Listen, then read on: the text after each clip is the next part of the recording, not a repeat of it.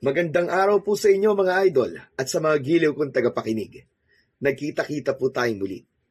Ako po ang inyong Tito Blair. Sa araw po na ito, pakinggan po natin ang kwento ni Leon. Isang dating kriminal na kilala bilang si Leon Verdugo na piniling magbagong buhay at iwanan ang madilim at madugo niyang nakaraan bilang isang hitman. Ngunit isang araw, ay may matatanggap siyang tawag mula sa hindi kilalang numero. Isang misyon ang ibibigay sa kanya ng isang desperadong ama na iligtas ang anak nito mula sa isang grupo ng mga aswang na pinamumunuan ni Domingo. Nagkaroon man si Leon ng pagdadalawang isip, ngunit sa huli ay tinanggap pa rin niya ang trabaho na yon. Ngunit ang hindi niya alam, yun ang magiging pinakamahirap niyang misyon sa lahat. Magtagumpay kaya si Leon na iligtas ang batang si Rafael mula sa mga aswang na dumukot dito? Magagawa ba niyang protektahan si Rafael hanggang sa maibalik niya ang bata sa ama nito? Ano ang mangyayari sa kanila ni Rafael habang sinusubukan niyang iligtas ang bata? At ano ang lihim na siyang magpapagulantang sa kanya habang tinatapos ang misyon na yon? Sama-sama po nating pakinggan mga idol ang umaatikabong kwentong ito na puno ng pag-asa at pakikipaglaban. Ngunit bago po ang lahat mga idol, huwag naman po nating kalimutan mag-subscribe at i-hit ang notification bell sa aking YouTube channel na The Voice Addict para sa mas marami pang makapigil hiningang kwentong aswang at katatakutan mula sa mundo ng kababalaghan. Umpisahan na po natin ang kwento. Napahinto ang 36 na taon na si Leon sa pagpili ng repolyo nang marinig niya ang paghingi ng saklolo ng isang matandang babae. Luminga siya sa paligid ng palengke at nakita niya ang isang lalaki na tumatakbo. Tangan ang isang parehabang wallet. Babaliwalain niya sana ito.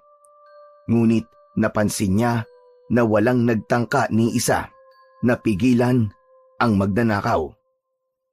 Napabuntong hininga si Leon at nang dumaan ang lalaki sa harapan niya, ay dinakma niya yon sa batok at hinila pabalik. Malakas na bumagsak ang lalaki sa maruming semento. At nang kukunin niya rito ang pitaka, ay sinipa siya nito sa binti. Pero tila wala lang yun kay Leon dahil hindi man lang siya natinag. Ay nako, kung ako sa'yo, ibibigay ko na yung pitaka na ninakaw mo. Sige na, ayoko manakit ngayon kasi kagagaling ko lang sa simbahan. Naging matigas ang magnanakaw at nang babangon na ito para tumakas, ay agad itong binigwasan ni Leon ng malakas na suntok sa muka. Muling bumagsak ang magnanakaw at nawalan yon ng malay. Agad na nagpalakpakan ang mga tao sa paligid. Yan kasi, nagmamatapang ka pa. Lumapit ang matandang babae kay Leon. Kinuha niya ang wallet sa magnanakaw at ibinalik yun sa matandang babae na kulang na lang ay halikan si Leon sa labis na pasasalamat. Nanginginig habang iniaabot nito ang kamay upang kunin ang wallet. You're welcome po, Lola. Pero alam niyo po kasi wala na pong libre sa panahon ngayon eh. Kahit hero po, may bayad na ngayon. Baka naman meron kayong pabuya dyan para sa akin. Nagulat ang matanda, ngunit agad na dumukot ng 300 piso mula sa wallet nito at ibinigay yon kay Leon. Kinuha ni Leon ang pera at tinapik ang balikat ng matanda. Okay. Ayos na to, Lola. Basta next time po Ingat-ingat din. Marami talagang magnanakaw sa lugar na ito. Ngumiti siya ng bahagya at naglakad na palayo. Nang medyo malayo na siya, ay narinig niya ang pagsigaw ng matandang babae na sana ay pinanakaw na lang nito ang wallet nito dahil yung 300 piso pala na ibinigay nito kay Leon ang laman lamang ng wallet ng matanda. Nakatira si Leon sa tahimik na baryo ng San Rafael sa Leyte. Napakalayo na ng buhay niya roon sa buhay niya nung nasa Maynila pa siya. 2 taon na siyang naninirahan sa San Rafael at bago siya napunta roon ay kilala siya sa bansag na Leon Verdugo. Dahil isang bayarang mamamatay tao si Leon.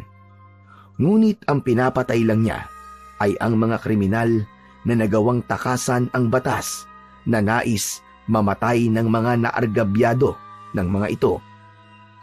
Noon ay kaya niyang gawin ang kahit na anong maruming trabaho basta't may kapalit na pera. Ngunit dumating ang araw na nakaramdam na siya ng konsensya at pinili niyang magbagong buhay.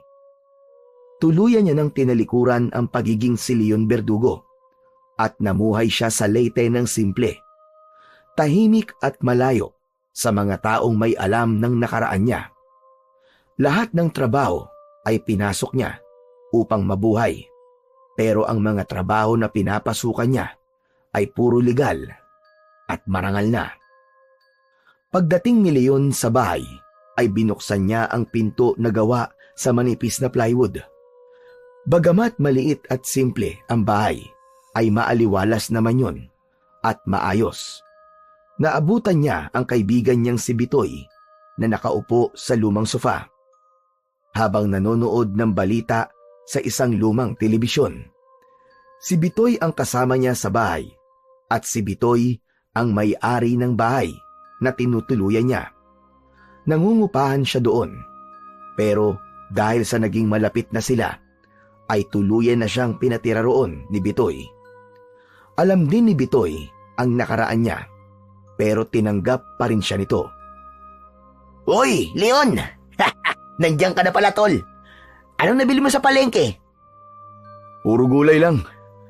Mahal masyado ang karne at isda ngayon eh. Sus, okay na yan. Kesa naman wala tayong makain. Sa bagay, healthy naman ang gulay, di ba? Oo nga pala, may sasabihin ako sa'yo. Ipapaayos kasi ni kapitan ng bahay niya. Kinuha ko na isa sa mga karpintero. Mangyaring naghahanap pa ng isa. O ano, baka gusto mong ikaw na ang i-recommenda ko. Sige ba, sama ako. Ayos rin yun. May mapagkakakitaan kahit papano.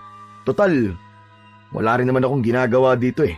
Saka, 3 araw na rin akong walang trabaho eh. Okay, so alright. O paano, bukas to magsisimula. Magdala ka rin pala ng sarili mong martilyo at lagare, ha? Walang problema, tol. Ngumiti si Bitoy at kinuha nito ang bayong kay Leon. Dinala nito yon sa kusina para hugasan. Umupo si Leon sa sofa at itinutok ang mga mata sa palabas sa telebisyon. Maya-maya pa ay nagsalita si Bitoy mula sa kusina. Alam mo, tol Leon, buti na lang talaga. Nagbagong buhay ka na eh. Dahil kung hindi ka mapupunta rito sa San Rafael. Di sana, hanggang ngayon mag-isa pa rin ako dito sa bahay ko. Wala eh. Nakatadhana talaga na maging magkaibigan tayo, tol. Pero, salamat talaga sa'yo, Bitoy ah. Kahit siguro magpasalamat ako sa'yo habang buhay hindi ko babayaran ng mga naitulong mo sa akin. Uy, ano ka ba? Tumigil ka nga. Ano ka, drama king? Tama na nga. At baka magkaiyakan pa tayo dito eh. Igigisa ko na lang pala itong mga gulay na binili mo. O sige. Ikaw kasi nag-umpis eh. O sige na. Ikaw na ang bahala magluto ngayon ah. Pero wag mo naman tagalan ng pagluluto sa gulay. Ang gusto ko sana yung half cook lang. Oo na. Ako nang bahala rito, tol. Habang nakatutok ang mata ni Leon sa telebisyon, ay hindi niya naiwasan na ipagkumpara ang buhay niya noon sa buhay niya sa San Rafael. Masasabi niya na wala siyang pagsisisi na tinalikuran niya ang pagiging si Leon Verdugo. Kahit pa malaki ang perang kinikita niya noon, alam niya na hindi niya na mababayaran ang mga naging kasalanan niya noon kahit nagbago na siya. Pero ang ginagawa na lamang niya ay wag nang magdagdag pa ng kasalanan. Kaya tuwing gabi, bago siya matulog, ay palagi siyang nangangako sa Diyos na kahit na anong mangyari, ay hinding-hindi na siya babalik sa pagpatay ng mga tao. Nang sumunod na araw, maghapon na nagtrabaho sina Leon at Bitoy sa pinapaayos na bahay ng kanilang kapitan. Pagod na pagod sila, pero halos hindi nila yun naramdaman dahil walang tigil ang kwentuhan nila sa gitna ng trabaho. Hindi na rin nila namalayan ang paglipas ng oras hanggang sa marinig nila ang pagtawag sa kanila ng kapitan na tapos na ang trabaho nila para sa araw na yon. Lumapit sa kanila ang kapitan at ibinigay ang sahod nila para sa araw na yon. Matapos nilang makapagpasalamat, ay magkasabay na silang naglakad pauwi. Ayos ah. Parang ang sarap yata mag-inom mamayang gabi. Bagong sahod na naman tayo eh. E di, bumili tayo ng alak. Gusto ko nga rin mag-inom mamaya eh. Naunahan mo lang ako na magyaya eh. O sige, ganito. Ikaw na sa alak, ako nang bahala sa pulutan. Pambihira. Inunahan mo pa talaga ako sa mas mura. Pero sige, no problem, I can manage. Basta sa sunod, ikaw naman sa alak ha. Oo na, walang problema. Isang tindahan ang nadaanan nila at doon na sila bumili ng 2 bote ng gin at 3 chicharong baboy. Matapos yon, ay naglakad na ulit sila pauwi sa bahay. Ayos, sigurado ko, masarap na naman ang tulog natin mamaya nito. Kaya nga eh, kailangan ko rin kasi ng alak para makatulog ako ng maayos. Alam mo kasi, nitong mga nakaraang gabi, hindi ako kagad makatulog. Oh, bakit naman? Ewan ko ba? Pakiramdam ko kasi, merong hindi magandang mangyayari. Ay nako, huwag ka kasing mag-isip ng kung ano-ano. Wala akong iniisip na kung ano-ano, Bitoy. Bigla ko lang siyang naramdaman, lalo na kapag nakahiga na ako sa gabi. Hindi na nagsalita pa si Bitoy dahil nakarating na sila sa bahay. Agad silang pumasok at nagpahinga ng konting oras. Maya-maya pa ay naging abala na ang dalawa sa pagluluto ng kanilang hapunan. Pagkatapos ng hapunan, tumayo si Leon at nagpunas ng bibig gamit ang laylayan ng kanyang t-shirt. Kinuha niya ang 2 bote ng gin na binili nila kanina at inilabas yun sa harapan ng bahay. Inilagay niya ang mga bote sa lumang kahoy na mesa na may konting gasgas sa ibabaw. Sabay inilabas ang 2 baso at ang supot ng mga chicharon. Si Bitoy naman ay nagdala ng maliit na lampara at inilagay yon sa gitna ng mesa para kahit paano ay may ilaw silang 2 roon. Umupo si Leon sa bangkong kahoy habang si Bitoy naman ay naupo sa kabilang gilid. Agad itong nagsalin ng alak sa kani-kanilang mga baso. Okay tol, simulan na agad natin. Ang tagal nang hindi nasasayaran ng alak ang lalamunan ko eh. Nangangati na. Ikaw talaga, oo. O sige, cheers muna para sa pagod natin maghapon. Sana araw-araw may sahod tayo, no? Kaya dapat, araw-araw din tayo magtrabaho. O di ba? Natawa silang dalawa. Kinuha na nila ang kanilang mga baso para mag-toast. Agad nilang ininom ang alak na sinundan nila ng pamumulutan ng chicharon. Nang tumagal ang inuman, ay naramdaman na ni Leon ang epekto ng alak sa kanya. Leon, seryoso muna tayo ah. Pwede ba akong mag-request? Ano na naman yan, Bitoy?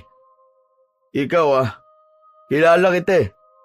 Baka kung ano yung request mo na yan Hindi tol. Seryoso ka, di ba? Pwede bang magkwento ka ng isa sa mga hindi mo makakalimutan na naging trabaho mo nun? Alam mo na, nung ikaw pa si Leon Verdugo. Napahinto si Leon at biglang humigpit ang hawak niya sa baso. Tinitigan niya ang alak sa loob nun.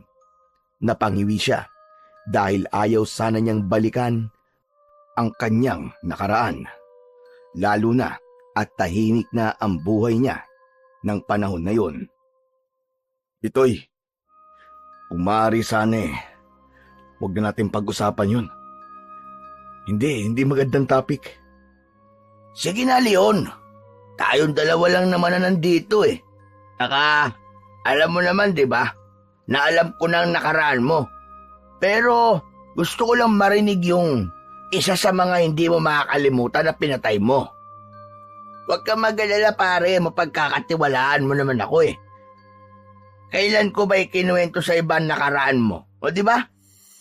Para lang may maganda tayo mapag-usapan.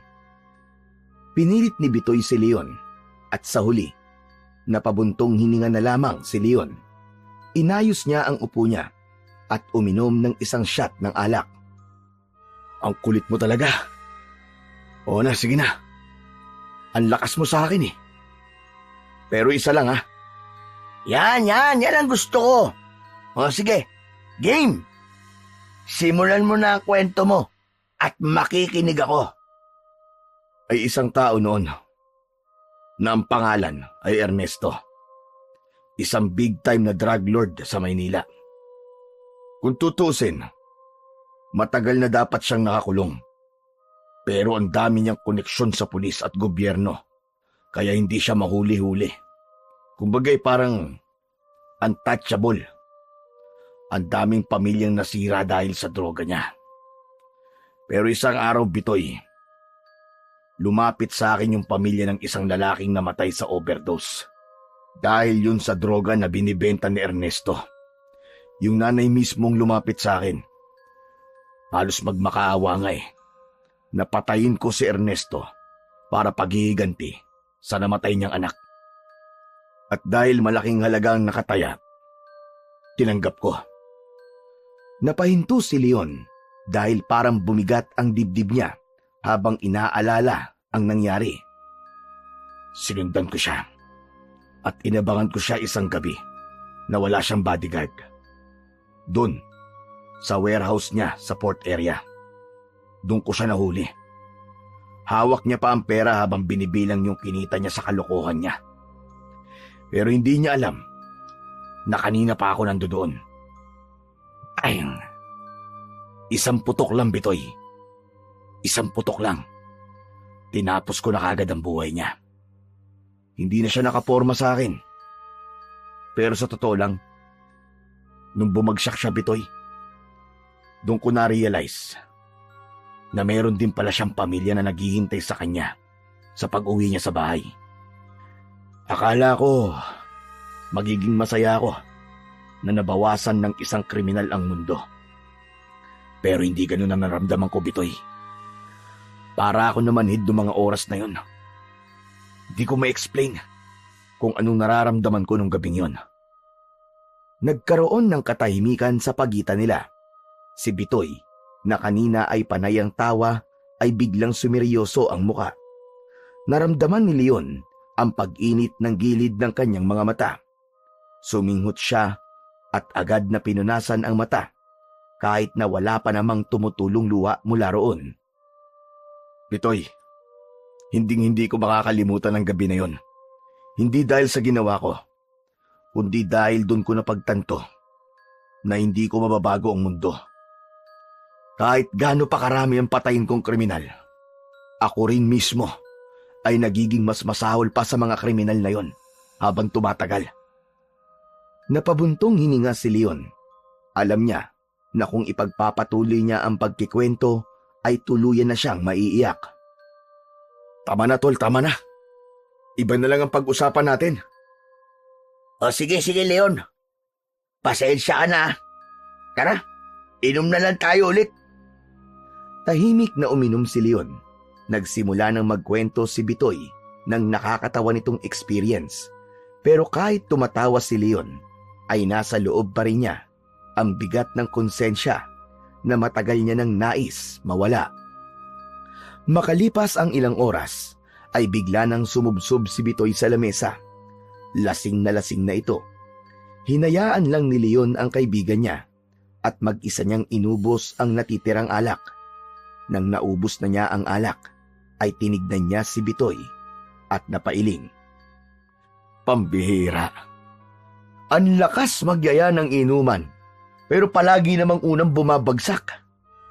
Ay nako, wala ka talagang laban sa akin pagdating sa inuman, Bitoy. Tumayo si Leon at nilapitan si Bitoy. Marahan niya itong tinapik sa balikat para gisingin. Hoy! Tol! Bitoy! Gumising ka na dyan at doon ka na sa kwarto mo matulog.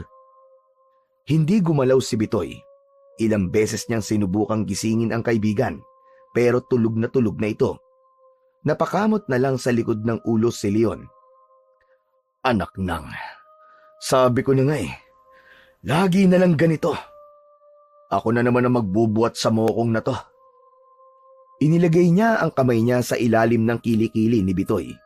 Bubuhati na sana niya ito papunta sa kwarto nang biglang tumunog ang luma niyang cellphone sa bulsa ng shorts niya.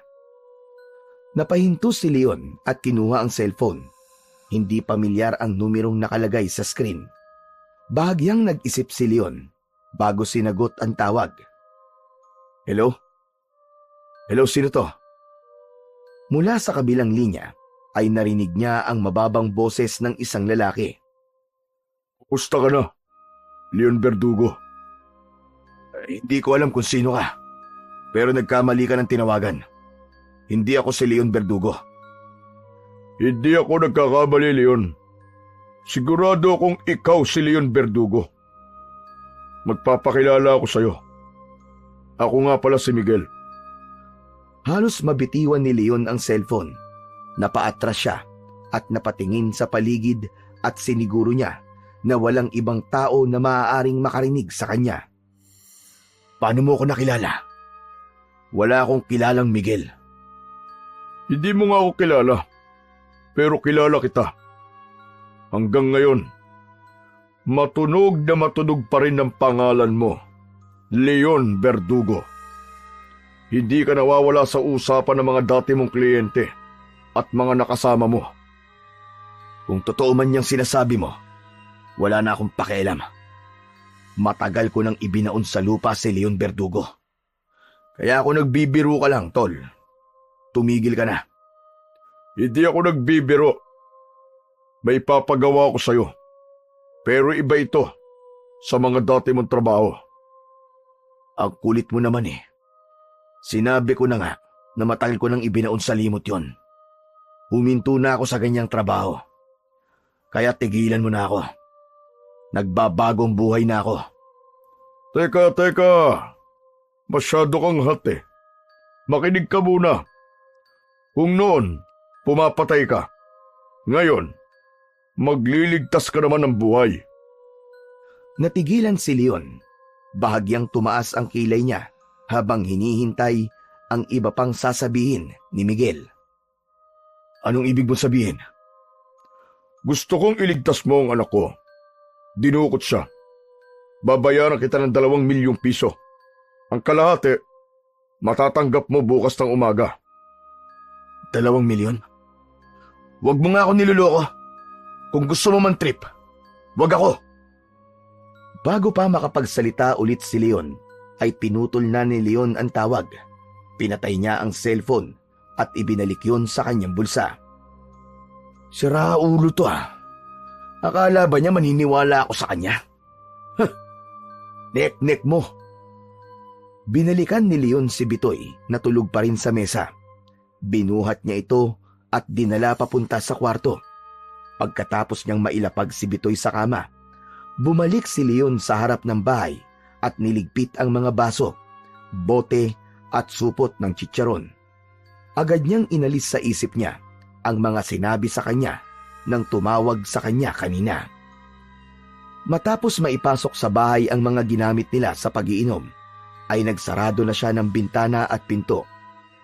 Pumasok na siya sa kwarto nila ni Bitoy, ngunit kahit gaano siya kapagod sa buong araw, ang mga sinabi ni Miguel ay paulit-ulit na umalingaw-ngaw sa kanyang isip.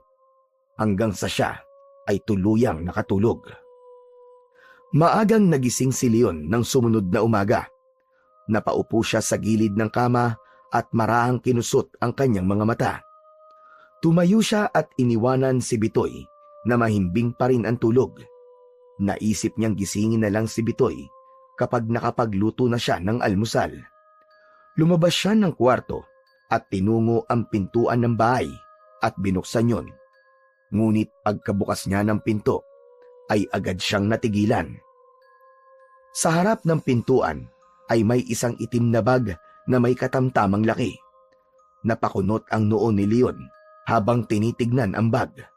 Nagdalawang isip siya kung kukunin yon o hindi dahil baka kung ano ang laman nun. Sa huli, nanaig ang kuryosidad niya. Maingat niyang kinuha ang bag at dinala papunta sa kusina. Ipinatong niya yon sa lamesa. Hinila ni Leon ang zipper ng bag at nang mabuksan niya yon ay hindi niya napigilan ang mapamura ng malutong. Pera ang laman ng bag. Ang makapal na bungkus ng tig-1,000 ay maayos na nakasalansan sa loob. Nanlaki ang mga mata ni Leon habang nakatingin sa pera. Sa ibabaw ng pera ay may nakapatong na isang puting sobre. Kinuha ni Leon ang sobre at binuksan yon. Kinuha niya ang sulat sa loob at binasa. Ito ang paunang bayad para sa misyon na ipapagawa ko sa iyo. Kapag natapos mo ang trabaho, matatanggap mo ang natitirang halaga. Aba, ayos ah. Ang misyon ay simple lang. Iligtas mo ang anak ko. Hindi ako nagbibiro.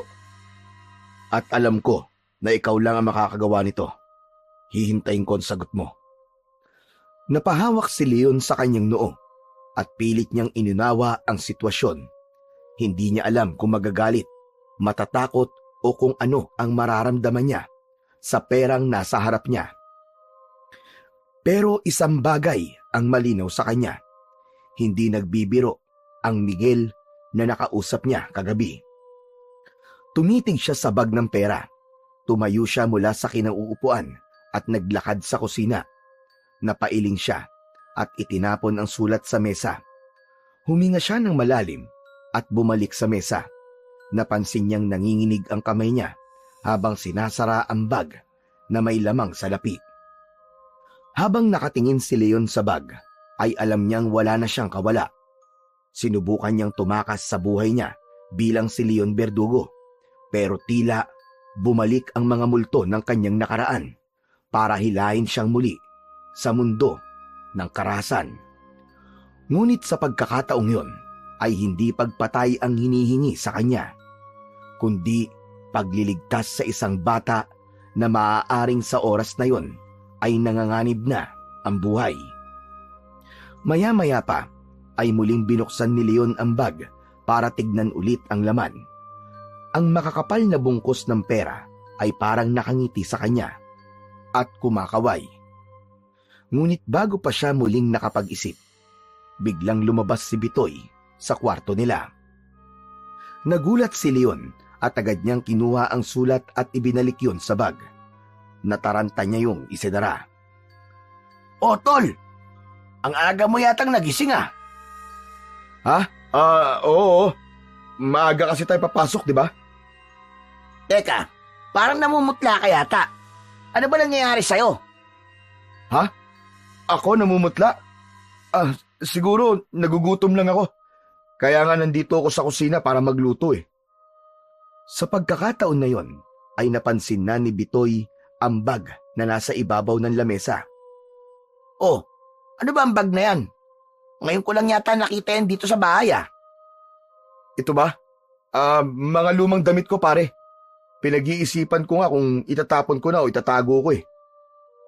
Pambira. Akala ko kung ano na. Kung itatapon mo yan, sabihin mo sa akin. Baka may magagamit pa ako dyan, sayang naman. Sige. Pero sa ngayon, itatabi ko muna to. Pagpipilian ko muna. Kinuha ni Leon ang bag at dinala yon sa kwarto nila. Agad niyang isinuksok ang bag sa ilalim ng papag at siniguro niya na hindi yun makikita ni Bitoy. Lumabas si Leon ng kwarto at bumalik sa kusina kung saan naghihintay si Bitoy. Nakaupo na ito at umiinom ng tubig. Muli siya nitong tinignan. Pare, sandali lang. Sigurado ka bang okay ka lang talaga? Kanina pa kita tinitignan eh. Pabira. Parang ang bigat ng iniisip mo eh. Okay nga lang ako. Ikaw nga ang dapat tanungin ko niyan eh. Okay ka lang ba? Tinulugan mo na naman ako kagabi. Oo nga eh. Medyo masakit pa nga ang ulo ko ngayon. Yung lakas ng hangover ko. Hindi ko kasi kaya yung tagay mo eh. Masyadong mataas. Ewan ko sa'yo. Sige na. Magluluto na ako ng almusal. Maaga pa naman eh. Pero kailangan natin pumasok na maaga. Baka pagalitan pa tayo ni Kapitan. Nagsimula na magluto si Leon upang makaiwas sa mga tanong ni Bitoy. Kinuha niya ang mga itlog at sinimulang magprito. Pero kahit na anong pilit niyang ituon ang atensyon niya sa ginagawa, hindi niya maalis sa isip ang mga salitang sinabi ni Miguel sa sulat at sa tawag kagabi. Alam niyang wala na siyang koneksyon sa dati niyang buhay, pero ang tawag na yon at ang bag na may lamang pera ay parang bumuhay muli sa Leon Verdugo na matagal niya nang inilibing sa lupa. Tinapos niya ang pagluluto ng almusal at siya na rin ang naghain. Habang kumakain sila, sa kabila ng normal na usapan nila ni Bitoy tungkol sa trabaho nila, ay nanatiling magulo ang isip ni Leon. Ang tanong kung tatanggapin ba niya ang alok ni Miguel ay paulit-ulit na bumabalik sa kanyang utak at alam niya na hindi siya magkakaroon ng kapayapaan hanggat hindi siya nagpapasya. Sa trabaho ay parang wala sa sarili si Leon, habang si Bitoy naman ay abala sa pagkakabit ng kahoy sa kisame. Si Leon naman ay parang palaging nawawala sa focus. Ilang beses niyang nalalaglag ang martilyo mula sa kamay niya at minsan pa ay maling bahagi ng kahoy ang pinupukpok niya. Hoy, Leon! Ano ba nangyayari sa'yo? Kanina pa kita tinititigan ah. Aba, parang wala ka sa sarili mo ah. Ha? Wala. Okay lang ako. Ngunit habang tumatagal, mas lalo pang dumami ang mga pagkakamali ni Leon. Muntik pa niyang mabagsakan ng kahoy si Bitoy habang inaayos ang kisame. Nagpatuloy sila sa trabaho, ngunit hindi pa rin maalis ang kaba sa mukha ni Leon. Nang makauwi sila ng bahay, ay tahimik siyang naupo sa lumang sofa matapos niyang buksan ang telebisyon. Pinilit niyang ituon ang atensyon doon, ngunit halatang halata na hindi niya naiintindihan ang kanyang pinapanood. Nagulat na lang siya nang biglang pinatay ni Bitoy ang telebisyon at umupo sa tabi niya. Oh, tol! Ba't pinatay mo? Nanonood ako eh. Leon, kailangan natin mag-usap. Alam ko na may dapat kang ikwento sa akin. Wala naman akong dapat na ikwento sa'yo, Bitoy eh. Pagod lang ako sa trabaho. Huwag mo nga ako niloloko. Kanina pa kita napapansin ah. Hindi pa nga tayo nagsisimula sa trabaho, mukha ka ng pagod. Pambihira ka naman pare oh. Ano ba talaga ang problema mo? Wala nga sabi. Bakit ba ang kulit mo, Bitoy?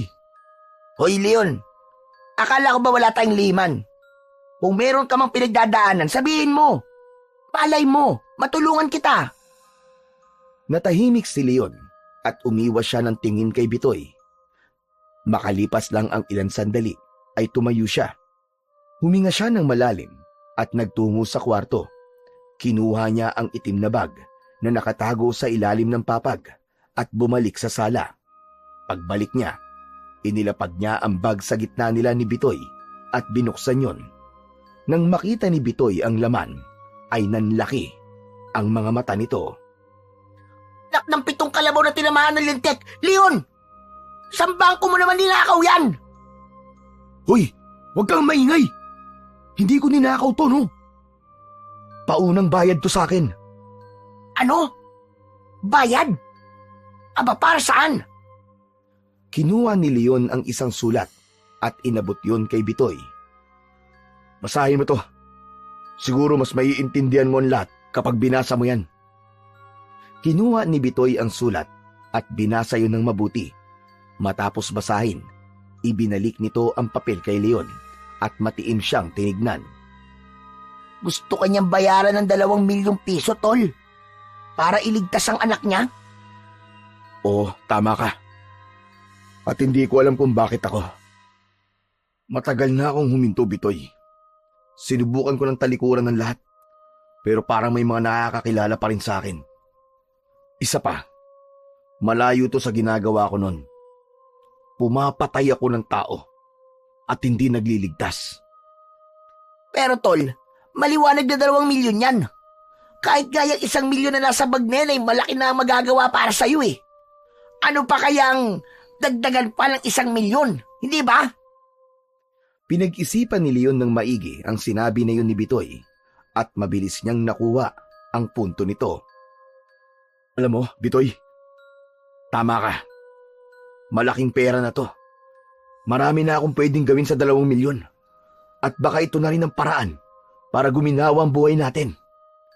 Isa pa, naisip ko rin na hindi naman ako papatay ngayon eh. Magliligtas ako ng buhay. Tama! Tama yun! Kawawa naman yung bata. Buhay ang nakasalalay dito, pare. Sigurado akong kaya mo yan. Ikaw pa ba? Malaki ang tiwala ko sa'yo, Leon. Muling nag-isip si Leon ng ilang saglit bago tumango. Tumayo siya at kinuha ang cellphone mula sa bulsa ng shorts niya. Hinanap niya ang numero ni Miguel sa call log at nang makita niya ay agad niya yung tinawagan. Ilang segundo lang ang lumipas ay sumagot na kagad si Miguel. Hello, Leon. Inaasahan ko na tatawag ka ulit sa akin. Nakapag-desisyon ka na ba? Natanggap ko na ang paunang bayad mo. Tinatanggap ko na rin ang pinapatrabaho mo sa akin. Ano ang kailangan kong malaman? Salamat. Salamat, Leon. Napakalaking tulong nito sa akin at sa anak ko. Kailangan mong iligtas ang anak ko na si Rafael, na 10 taong gulang pa lamang. Kailangan mo siyang iligtas sa grupo ng mga aswang na pinamumunuan ni Domingo. Napakunot ang noo ni Leon. Napabuntong hininga siya at napangisi ng bahagya. Teka, parang nabibingi ako. Ano ka mo? Aswang? Niloloko mo ba ako? Hindi na ako bata para maniwala sa mga ganyang kwento, Miguel. Sabihin mo na sa akin na totoo. Mukha ba ako nagbibiro, Leon? Nasa kamay mo na ang kalahati ng bayad ko. Sa tingin mo, magbibigay ako ng ganyang kalaking pera kung hindi totoo sinasabi ko sa'yo?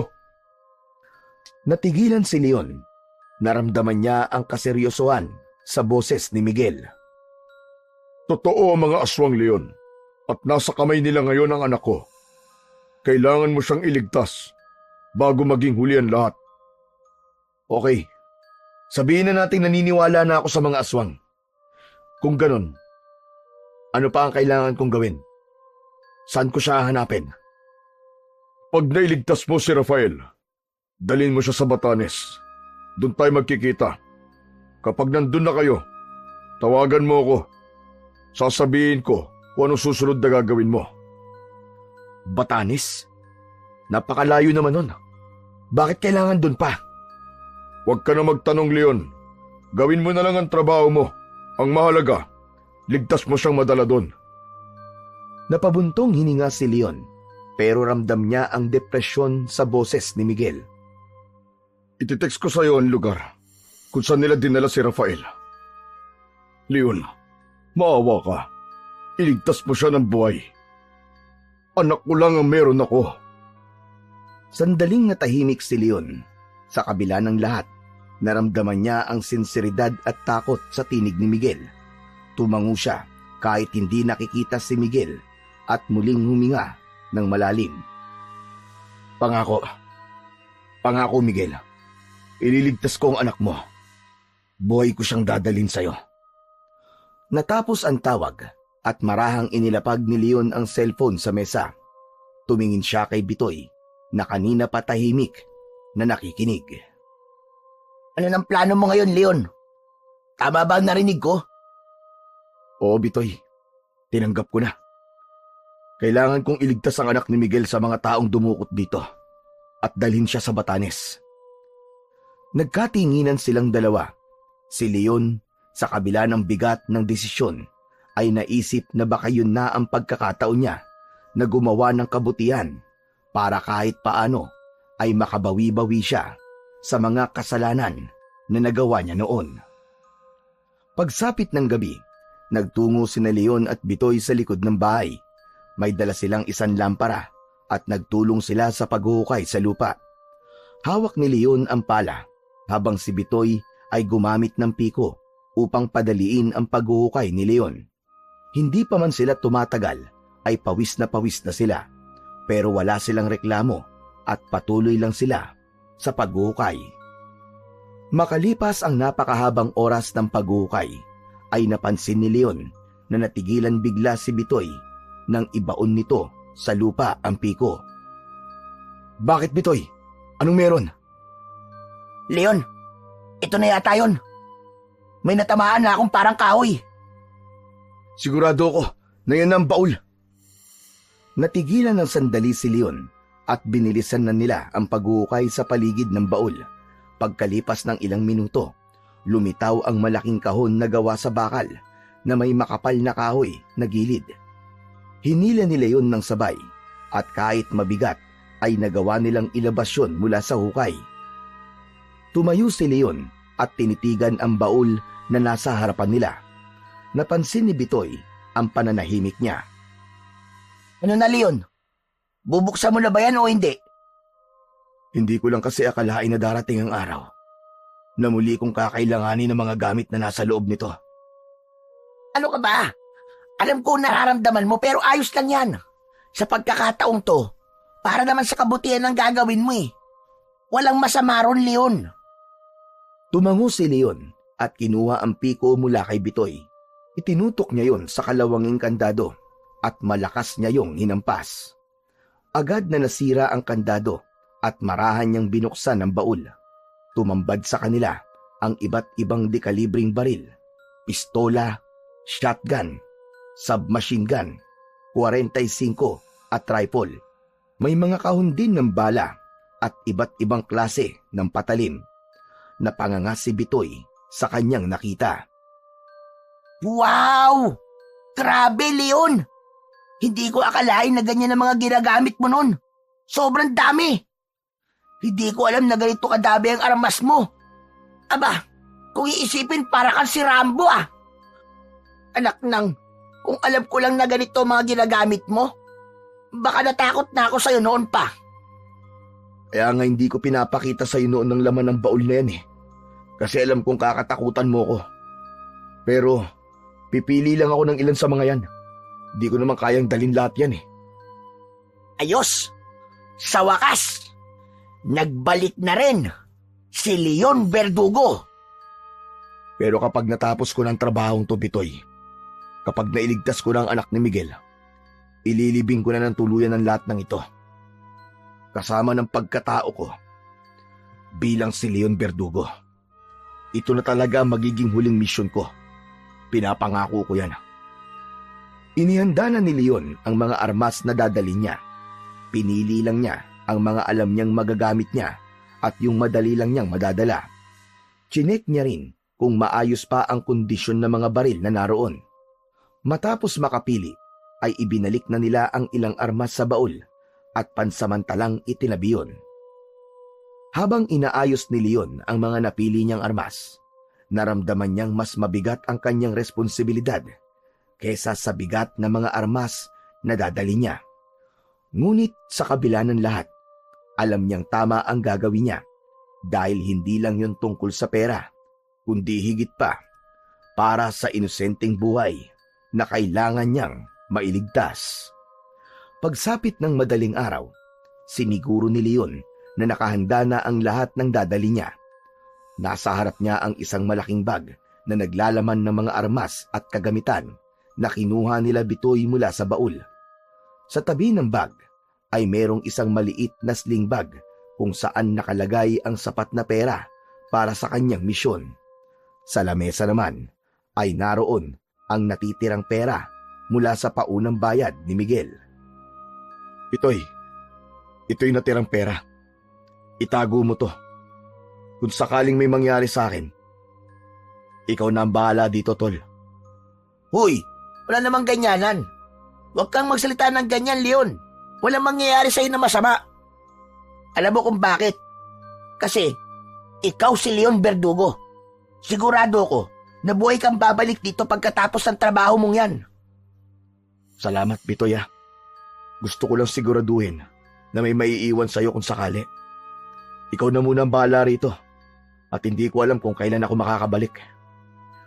Huwag mo akong problemahin dito, tol. Pero sigurado akong babalik ka ng buhay.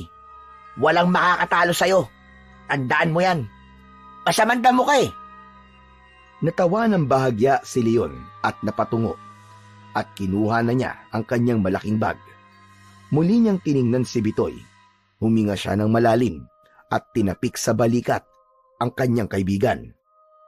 Nagpaalam na si Leon kay Bitoy at lumabas na ng bahay. Naghihintay na ang isang tricycle sa labas na naarkila niya nung gabi pa lang. Inilagay niya ang malaking bag sa likuran ng tricycle at sumakay na siya. Nagpahatid siya sa driver sa bus station. Habang umaandar ang tricycle, tumingin si Leon pabalik sa bahay. Napabuntong hininga siya. Alam niyang yun na ang simula ng isang mahirap at delikadong misyon. Pagdating sa bus station, agad siyang bumaba at binuhat ang kanyang bag papunta sa pila ng mga pasahero. Sumakay siya sa isang air-conditioned bus na biyaheng Maynila. Naupo siya sa may bintana at hindi nagtagal ay umandar na ang bus palayo mula sa lugar na naging tahimik niyang tirahan sa loob ng maraming taon. Makalipas ang ilang oras na biyahe, nakarating na ang bus sa isang port kung saan sumakay yun sa isang malaking cargo ship na nagsasakay ng mga sasakyan kabilang ang bus at truck. Bumaba ang mga pasahero para pansamantalang makapagpahinga habang bumabiyahe ang barko patungong Maynila. Nasa gilid ng deck si Leon at nakatingin sa malawak na dagat. Ang malamig na hangin ay humahampas sa kanyang muka, pero ang isip niya ay puno ng mga tanong.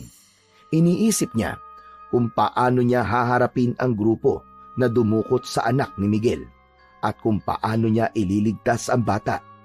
Pero sa kabila ng lahat ng tanong at duda, alam niyang kailangan niyang tapusin ang trabahong yon.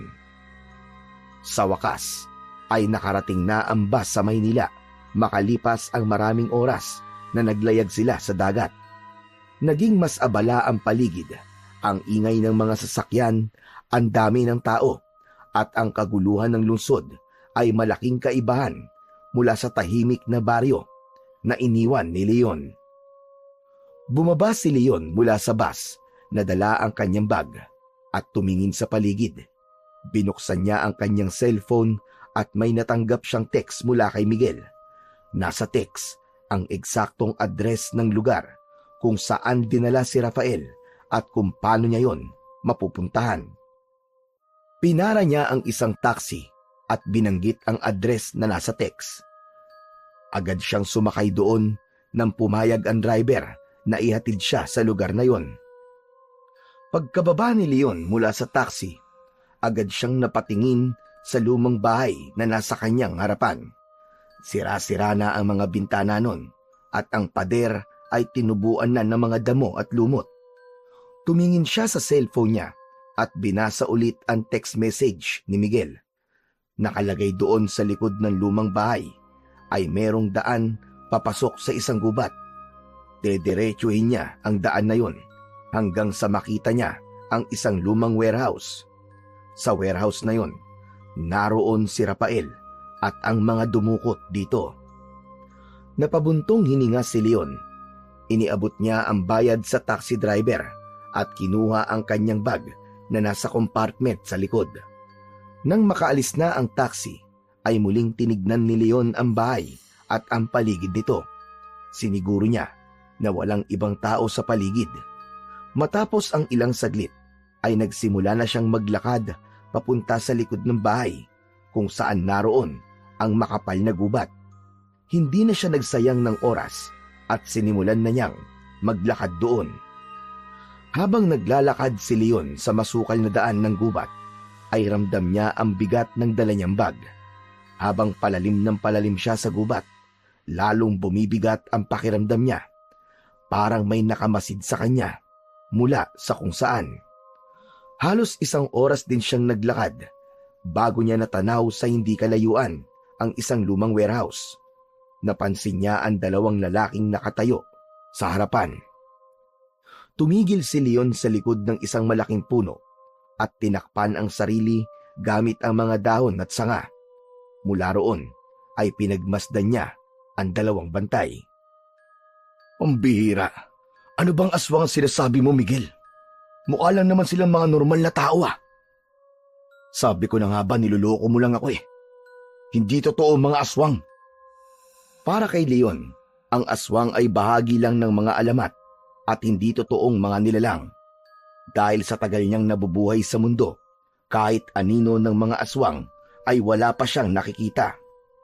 Sinilip muli ni Leon ang paligid at napagtanto niyang hindi makabubuting sumugod kagad siya, lalo na't maliwanag pa. Naisip niya na sa gabi na lang siya aatake upang mas mahirapan ang mga kalaban niya. Maingat at tahimik na umalis si Leon sa kanyang kinaroroonan na posisyon. Naghanap ng lugar na maaaring pagtaguan. Nakahanap siya ng isang malaking bato at sa likod nun siya nagtago. Naupo siya roon, naghintay at tahimik na nagplano ng kanyang susunod na hakbang. Maya-maya pa ay tuluyan ng lumubog ang araw.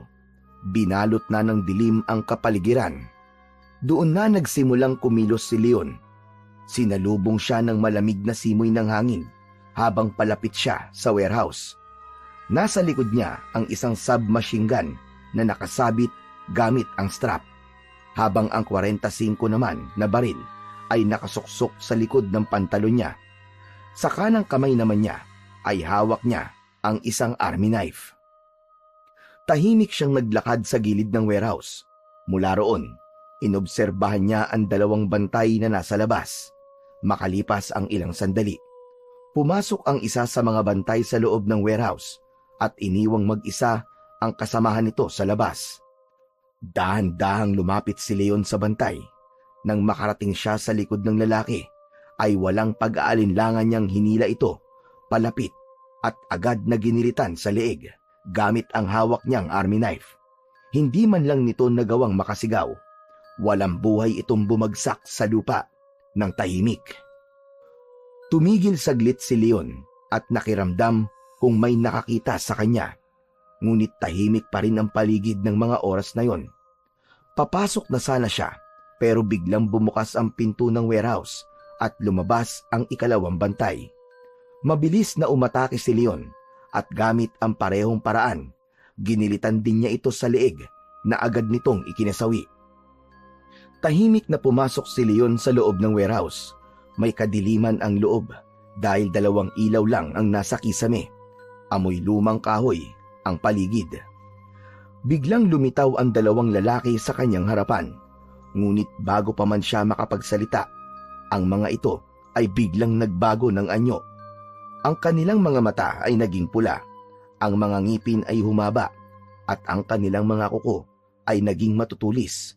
Nagmistulang mga halimaw ang 2 lalaki, at doon na napagtanto ni Leon na totoong mga aswang nga ang dumukot sa anak ni Miguel. Wala nang oras para mag-isip si Leon. Agad niyang hinugot ang 45 mula sa likod ng pantalon niya at pinutukan ang 2 aswang.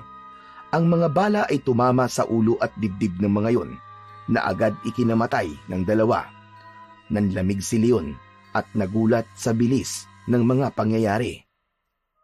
Ano to? Ano ba tong pinasok ko? Bigla niyang narinig ang sunod-sunod na kaluskos mula sa iba't ibang bahagi ng warehouse, mula sa likod ng mga lumang kahon, sa likod ng mga poste, at sa taas ng mga scaffoldings ay nagsimula ng magsulputan ang iba pang mga aswang. Hinugot ni Leon ang submachine gun mula sa likod at agad na nagpakawala ng sunod-sunod na bala sa mga aswang na papalapit sa kanya.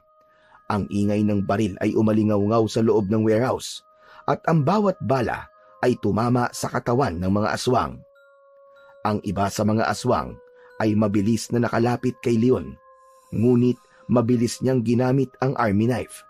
Sa bawat sugod ng mga aswang ay isang mabilis na saksak o gilit ang sumasalubong sa mga yon. Panay na ang mura ni Leon dahil hanggang sa sandaling yon ay hindi pa rin siya makapaniwala na mga aswang talaga ang makakaharap niya. Patuloy ang pakikipaglaban ni Leon para sa kanyang buhay, ngunit kahit mag-isa lang si Leon ay nanatili siyang matatag. Ginamit niya ang bawat armas na dala niya, ang submachine gun para sa mga nasa malayo at ang army knife naman para sa mga nakalalapit sa kanya.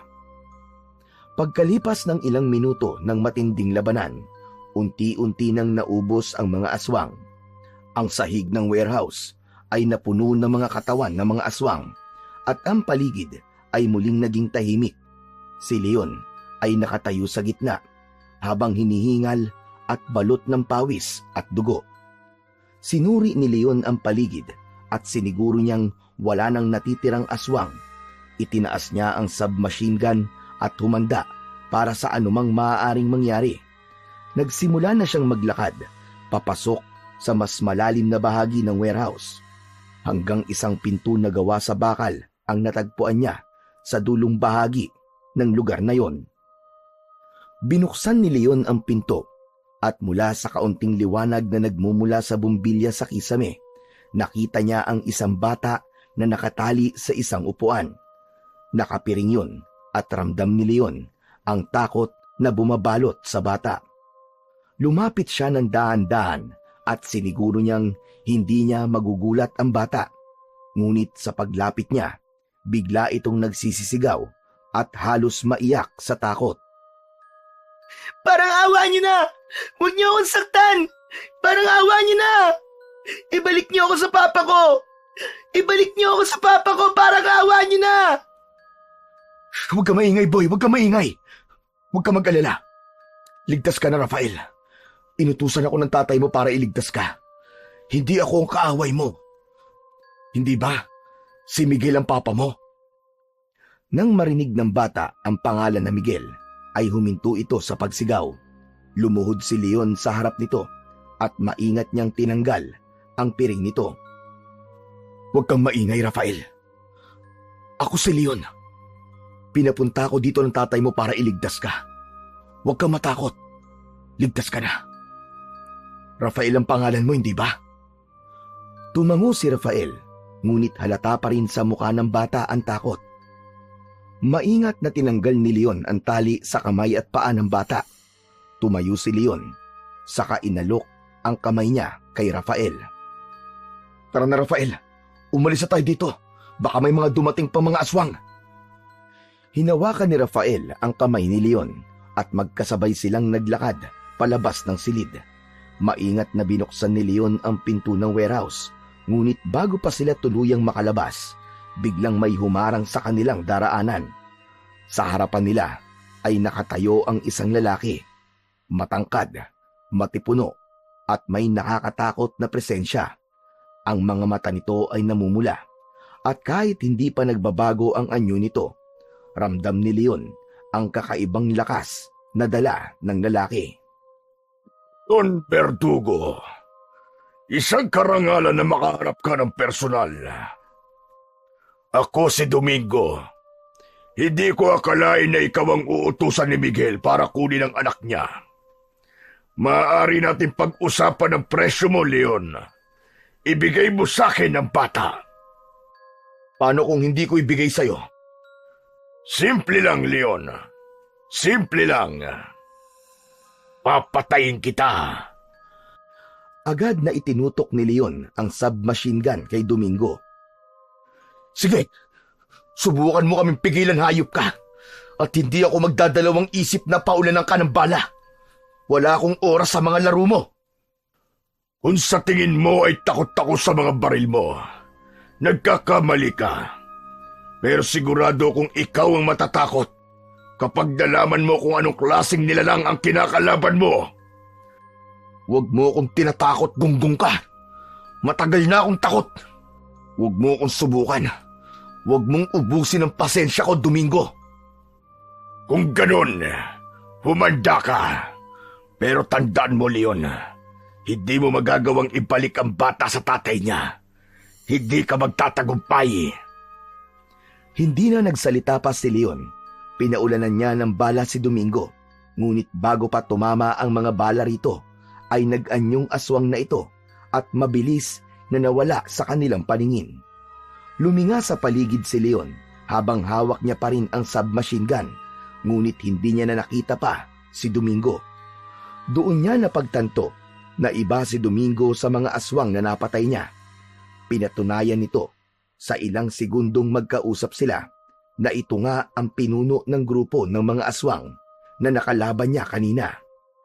Huminga ng malalim si Leon, saka tinapik sa balikat si Rafael. Tara na, sa tingin ko'y wala na siya. Hinawakan ni Leon ng mahigpit ang kamay ni Rafael at sinimulan na nilang tahakin ang daan palabas ng warehouse. Dumaan sila sa madilim at masukal na gubat. Habang naglalakad sila, ay tinalasan ni Leon ang pakiramdam dahil baka biglang umatake si Domingo sa kung saan. Bago tuluyang lumabas ng gubat, ay pinuntahan muna ni Leon ang malaking bato kung saan niya itinago ang kanyang bag bago pumasok sa loob ng warehouse.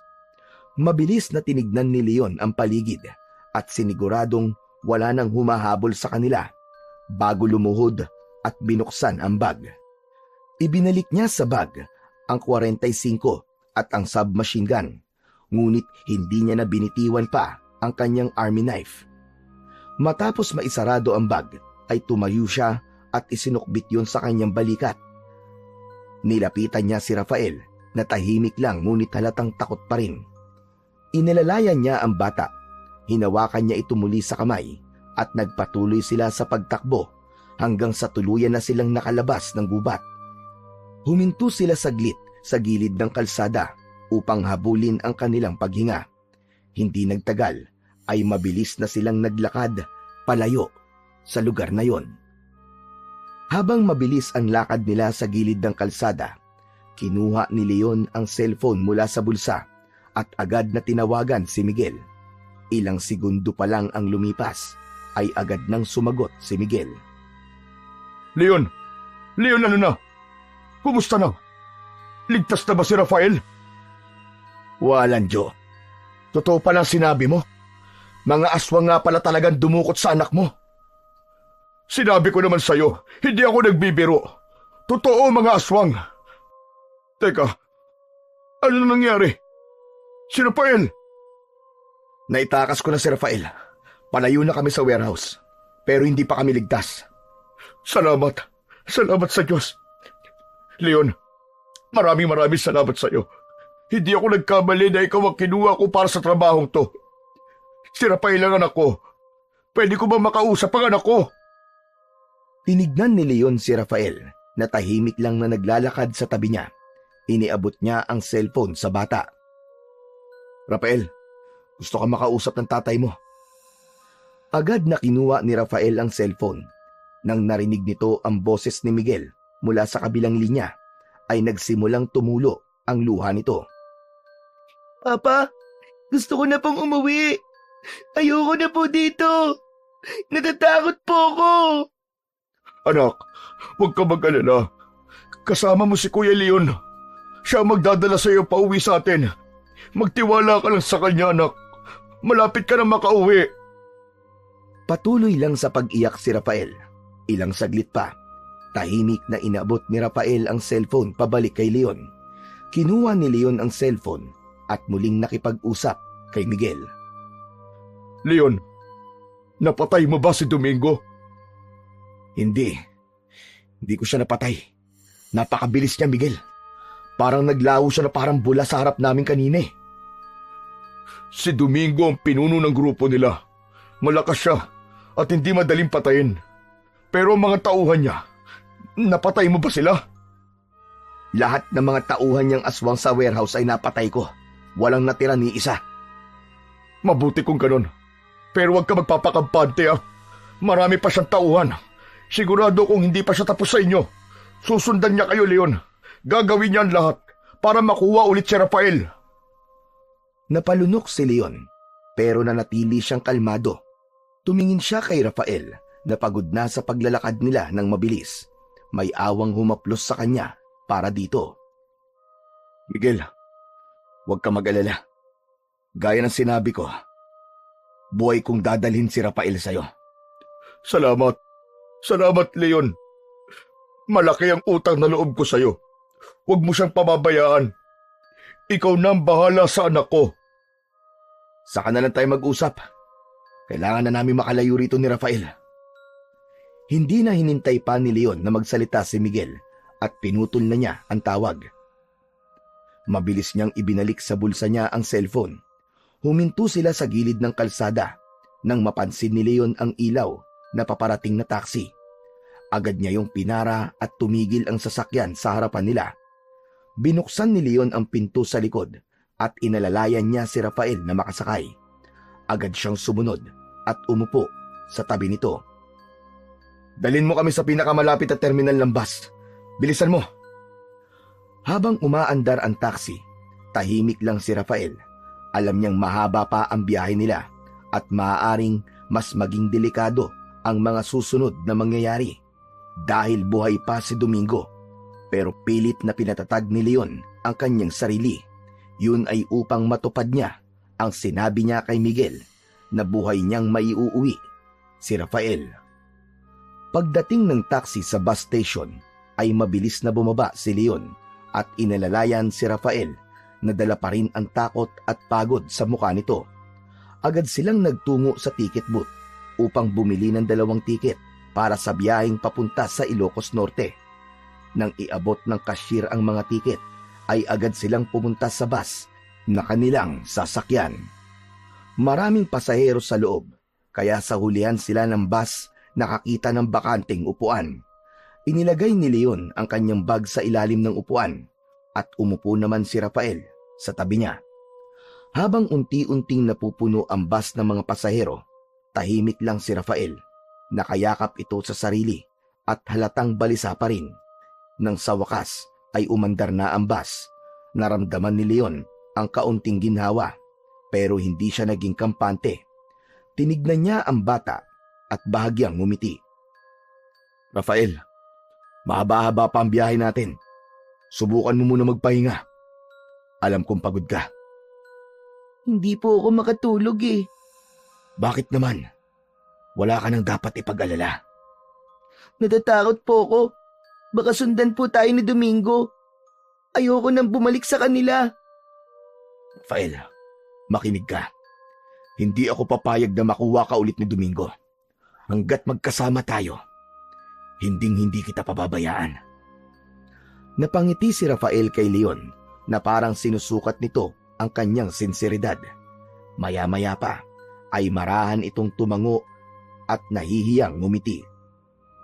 Sigurado po ba kayo? Siguradong sigurado. Akong bahala sa'yo. Sagot kita. Sa mga salitang yon, tila nagkaroon ng tiwala si Rafael kay Leon.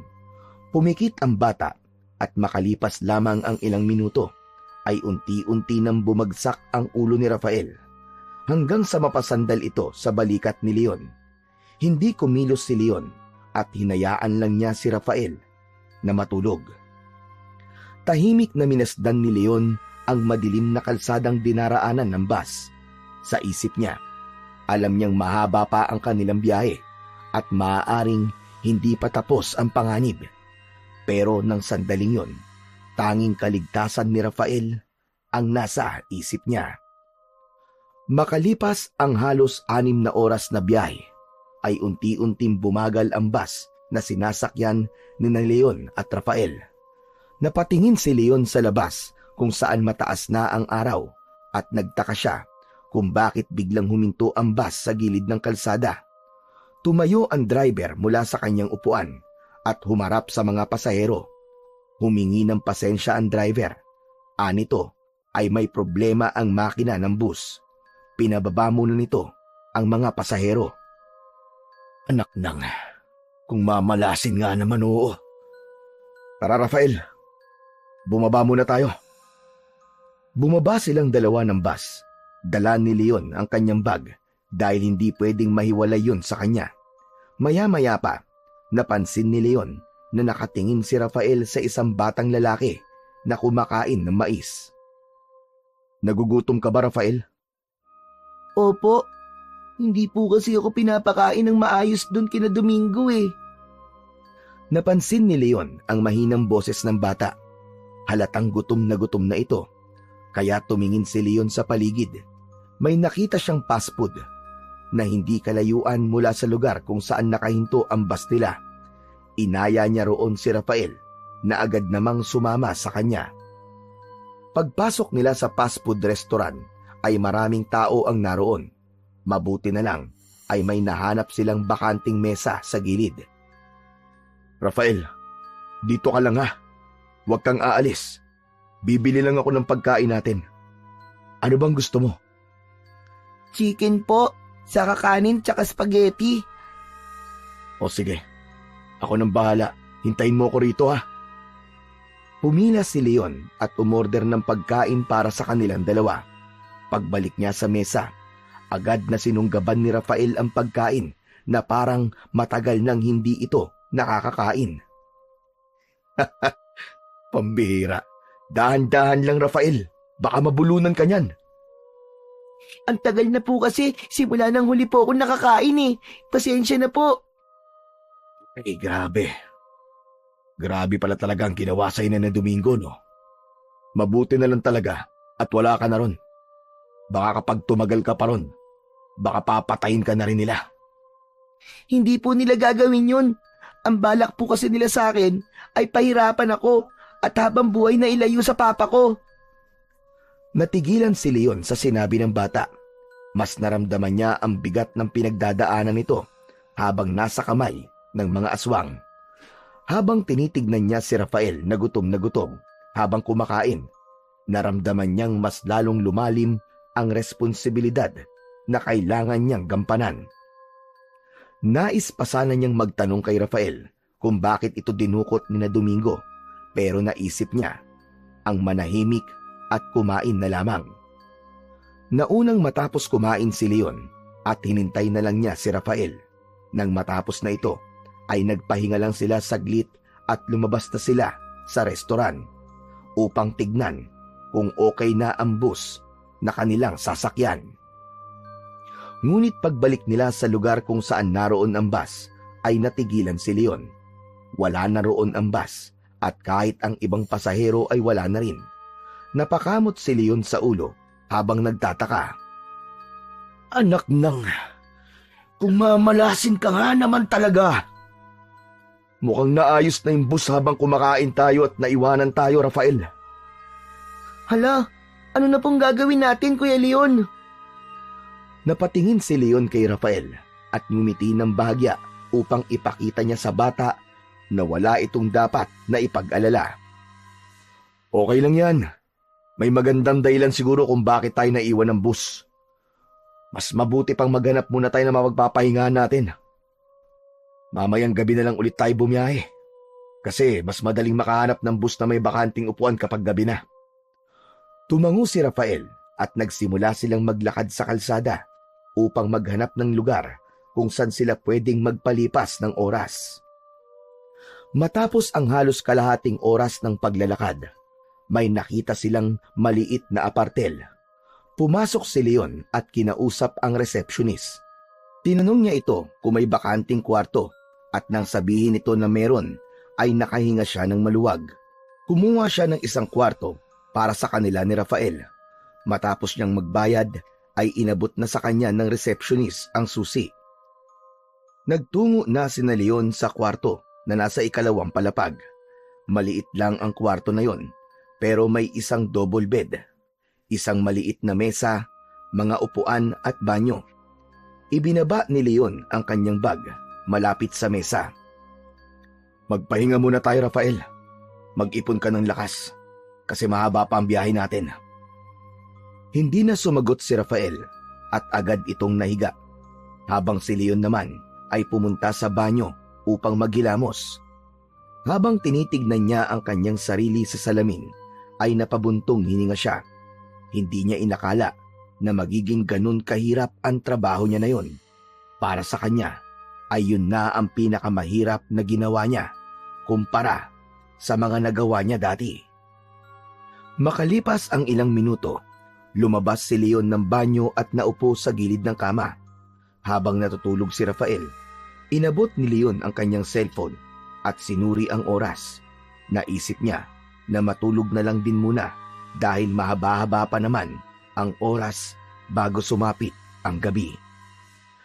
Madilim na nang nagising si Leon mula sa mahimbing na pagkakatulog. Nilingon niya si Rafael na mahimbing pa ring natutulog sa tabi niya. Bumuntong hininga si Leon at napag-isip-isip niyang bumili ng pagkain para sa kanilang dalawa bago sila magpatuloy sa biyahe. Maingat niyang kinuha ang kanyang bag kung saan nakalagay ang kanyang pera at tahimik siyang lumabas ng kwarto upang hindi maabala ang pagtulog ni Rafael. Paglabas niya ng apartel ay naghanap siya ng mabibilan niya ng pagkain. Makalipas ang ilang sandali ay nakakita na siya ng isang maliit na karinderya. Bumili siya ng ulam at kanin. Matapos yun ay nagmamadali na siyang bumalik sa apartel. Hindi nagtagal ay nasa harapan na si Leon ng kwarto nila ni Rafael. Pagbukas niya ng pinto ng kwarto ay nakita niya si Rafael na nakaupo sa isang sulok. Yakap nito ang sariling mga tuhod at umiiyak ng tahimik. Tila nagulat pa ang bata nang makita siya. Biglang tumayo si Rafael at sumugod kay Leon para yakapin siya ng mahigpit. "Oh, bakit umiiyak ka, Rafael? Ano nangyari sa'yo?" Akala ko po kasi iniwan niyo na po ako. Akala ko hindi na niyo po ako babalikan. Natigilan si Leon. Ramdam niya ang takot ni Rafael. Hinawakan niya ang balikat ng bata at tinitigan niya ito sa mata. Rafael, hindi ko gagawin yon. Hindi kita iiwan. Hindi ba nangako ko sa'yo na iuuwi kita ng ligtas sa papa mo? Bumili lang ako ng makakain natin para hindi tayo magutom sa biyahe natin mamaya. Unti-unting kumalma si Rafael nang marinig ang sinabi ni Leon. O siya, tara na. Kumain muna tayo para makaalis na tayo. Inilapag ni Leon ang mga binili niyang pagkain sa lamesa at binuksan ang mga yun. Kumuha siya ng 2 pinggan at mga kubyertos. Kumuha na rin siya ng baso at nilagyan yun ng tubig mula sa galon ng tubig na naroon. Umupo na sila at nagsimula na silang kumain. Habang abala sa pagkain, ay biglang nagsalita si Rafael. Kuya Leon, paano mo natalo yung mga aswang na alagad ni Domingo? Ayun ba? Dahil yun sa mga dala kong armas. May mga baril ako sa bag ko at meron ding patalim. Yun ang ginamit ko sa mga demonyong yun. Pulis ka po ba o sundalo? Napailing si Leon sabay ngiti. Hindi ako pulis at hindi rin ako sundalo. Ano pong trabaho nyo? Huwag mo nang alamin, Rafael. Ang mahalaga, ligtas ka na. Sige na, kumain ka na lang dyan. Hindi na nagtanong pa si Rafael at nagpatuloy na lang siya sa pagkain. Napabuntong hininga naman si Leon. Ayaw niyang pag-usapan ang kanyang nakaraan, lalo na sa harap ng isang bata. Isa pa, alam niya na hindi rin siya mauunawaan ni Rafael dahil bata pa ito. Matapos kumain, ay inayos na ni Leon ang kanyang gamit. Sinigurado niya na ang kanyang mga armas sa bag ay maayos na nakatago at handang gamitin kung sakaling kailanganin. Tumingin siya kay Rafael na mukhang mas maaliwalas na ang muka kesa kanina. Lumabas silang dalawa ng apartel at naglakad papunta sa gilid ng kalsada kung saan naghintay sila ng bus. Tahimik si Rafael habang nakahawak sa kamay ni Leon. Ilang minuto lang ang lumipas ay may dumaan ng bus. Mabilis na pinara yon ni Leon at huminto ang bus sa kanilang harapan. Nang bumukas ang pinto ng bus, ay pinauna ni Leon na sumakay si Rafael bago siya sumunod. Pagkapasok nila ng bus ay agad na naghanap si Leon ng upuan at sa hulihan na naman sila naupo. Muli niyang inilagay ang bag niya sa may paanan nila. Maya-maya pa ay muling nakatulog si Rafael habang nakasandal ang ulo nito sa balikat ni Leon. Hinayaan lang ito ni Leon dahil alam niya na noon lang nakaramdam si Rafael na ligtas ito. Matapos ang halos 3 oras na biyahe, ay biglang nagsalita ang konduktor mula sa unahan ng bus. Anito ay mag-i-stop over muna sila ng kalahating oras. Nang huminto ang bus, ay sumilip si Leon sa labas ng bintana. May nakita siyang isang maliit na karinderya at mga banyo sa hindi kalayuan. Rafael, gusto mo bang gumamit ng banyo? Ha? Banyo? Sige po, kuya. O tara na, bumaba muna tayo. Kailangan ko rin magbanyo eh. Tumayo silang dalawa at bumaba ng bus. Hindi na dinala ni Leon ang bag niya dahil alam niyang hindi sila magtatagal sa labas ng bus. Ang tanging dala niya ay ang kanyang army knife na nakasuksok sa gilid ng kanyang pantalon. Pagdating nila sa banyo ay meron dong 3 pinto para sa cubicle at may isang hanay ng urinals. Walang masyadong tao sa loob nun, maliban sa isang lalaking lumabas din kagad. Pumasok si Leon sa isang cubicle at isinara ang pinto, habang si Rafael naman ay tumayo sa harap ng urinal. Makalipas ang ilang minuto, narinig ni Leon ang boses ni Rafael sa labas ng cubicle na kinaroroonan niya. Kuya Leon, tapos na po ako. O sige, bumalik ka na sa bus. Hintayin mo na lang ako ron ha. Narinig ni Leon ang yabag ni Rafael palabas ng banyo. Muling naging tahimik ang paligid habang nasa loob pa rin siya ng cubicle. Ilang saglit pa, natapos na rin siya. Tumayo na siya at inayos ang sarili. Nang buksan ni Leon ang pinto ng cubicle ay natigilan siya. Sa harapan niya ay may 3 lalaking nakatayo. Lahat ay nakatingin sa kanya ng masama. May kakaibang naramdaman si Leon pero pinili niyang maging kalmado. May problema ba tayo? Isa sa mga lalaki ang ngumisi, ngunit hindi sumagot. Nagulat na lang si Leon nang sabay-sabay na nag-anyong aswang ang 3 lalaki. Napagtanto niya na ang 3 aswang na yon ay ilan lamang sa mga tauhan ni Domingo. Palihim na hinugot ni Leon ang army knife mula sa gilid ng kanyang pantalon at itinago niya yon sa likod ng kanyang kamay. Napakaliit ng espasyo sa loob ng banyo, ngunit para kay Leon ay sapat na yon upang labanan niya ang 3 aswang. Agad siyang kumilos, hinubad niya ang kanyang damit at isinampay yon sa taas ng cubicle.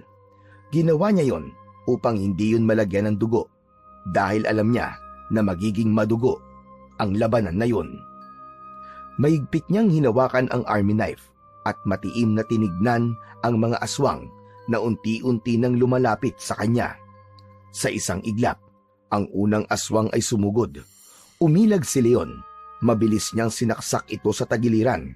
Mas lalong nagalit ang aswang at tinangka siya nitong sakmalin, pero inunahan niya ito ng pagsaksak ng patalim sa bunganga nito. Malakas niya itong sinipa palabas ng cubicle. Tumama ang likod ng ulo ng aswang sa gilid ng lababo at nabasag ang bungo nito. Hindi na naghintay ang 2 pang aswang at magkasabay na umatake ang mga yon kay Leon. Hinawakan ng isang aswang ang balikat ni Leon, ngunit mabilis siyang yumuko upang makaiwas sa mga kuko ng aswang. Umikot siya patalikod dito at mabilis na tumayo. Tumama ang ulo niya sa baba ng aswang. Natumba ang aswang at nang humarap siya ay nakita niyang dumudugo ang bibig nito. Sinugod niya ito at paulit-ulit na sinaksak ng army knife sa dibdib hanggang sa bawian ito ng buhay. Matapos yun ay humarap si Leon sa natitirang aswang. Akmang aatake ito pero bigla itong natigilan. Tila nagkaroon ito ng pagdadalawang isip na lumaban pa. Matapos nitong masaksiyan ang ginawa ni Leon, sa dalawa nitong kasama. Ngunit sumugod pa rin ang aswang. Sinubukan nitong abutin si Leon gamit ang matutulis itong kuko, pero mabilis siyang naiwasan ni Leon. Yumuko siya at mabilis niyang sinaksak sa tiyan ang aswang, pero nahawakan siya ng aswang sa braso. Binuhat siya nito at itinapon sa loob ng cubicle. Mabuti na lang ay hindi masama ang pagkakabagsak niya at hindi tumama ang ulo niya sa inidoro. Nang makita ni Leon na pasugod ang aswang sa kanya, ay mabilis niyang kinuha ang takip ng tangke ng flash ng inidoro at nang makalapit ang aswang sa kanya, ay buong lakas niyang ipinalo yun sa muka ng aswang. Napaurong ang aswang, ngunit hindi pa rin yun bumagsak. Ang aswang ay muling umatake at sinubukang sakalin si Leon, ngunit bago pa nito yun magawa, mabilis na iniangat ni Leon ang army knife at bumaon yun sa ulo ng aswang. Tumigil ang aswang at nang hugutin niya ang patalim, ay bumagsak ang katawan nito sa sahig. Hingal na hingal si Leon matapos mapatay ang tatlong aswang. Agad siyang lumapit sa lababo at binuksan ng gripo. Hinilamos niya ang malamig na tubig sa kanyang muka upang ang dugo roon ay matanggal. Sinuri niya ang sarili sa salamin at sa kanya hinugasan ang kanyang mga kamay na puno ng dugo. Nang masiguro na wala na siyang bakas ng dugo sa katawan at muka, ay kinuha niya ang kanyang damit na nakasampay sa itaas ng cubicle. Isinuot niya yon at mabilis na lumabas ng banyo. Paglabas ni Leon ay nakita niyang umaandar na ang bus. Napamura siya at agad na tumakbo. Nakita niya si Rafael sa bintana na sumisigaw at umiiyak habang nakatingin sa kanya. Sinubukan ni Leon na habulin ang bus. Mabuti na lang ay napansin ng driver ang sigaw ni Rafael, kaya agad na huminto ang bus sa gilid ng kalsada. Nagmamadaling sumakay si Leon sa bus at agad siyang sinalubong ni Rafael. Tumakbo ito papunta sa kanya at mahigpit siyang niyakap. Kuya Leon, ang akala ko po magkakahiwalay na tayo eh. Tahan na Rafael. Nandito na ako. Wala kang dapat ipag-alala. Tara na sa upuan natin. Inalalayan ni Leon si Rafael pabalik sa kanilang upuan sa likod ng bus. Nang makaupo na sila, tahimik na tumitig si Leon sa labas ng bintana. Ramdam niya ang bigat ng nangyari. Alam niyang hindi matatapos ang laban niya hanggat hindi niya naiuuwi si Rafael kay Miguel. Pero nang sandaling yun, para kay Leon ay mahalaga na magpatuloy sila sa kanilang biyahe at patuloy niyang maprotektahan si Rafael. Makalipas ang ilang oras na biyahe, sa wakas ay huminto na ang bus sa terminal sa Batak, Ilocos Norte. Madilim pa rin ang paligid at kaunti na ang mga tao sa bus station. Agad silang bumaba ng bus station at nagtanong-tanong si Leon sa mga tao sa terminal kung paano sila makakarating sa Corimao, kung saan naroon ang port na kailangan nilang puntahan para makasakay ng bangka patungong Batanes. Hanggang isang tricycle driver ang nakausap ni Leon. Boss, paano po kami makakapunta sa Corimao? May masasakyan ba kami ngayon? Sir, pwede po kayo mag-jeep papunta Corimao. Mga 3 minuto lang o mas mahaba pa. Yan kung tuloy-tuloy ang biyahe. May jeep po ba dito ngayon? Medyo mahirap na maghanap ng jeep sa ganitong oras, boss. Baka kailangan nyo pa maghintay na matagal o kaya baka abutin na kayo ng umaga. Napaisip si Leon. Alam niyang wala silang oras para maghintay, lalo na at maaaring hinahabol pa rin sila ni Domingo.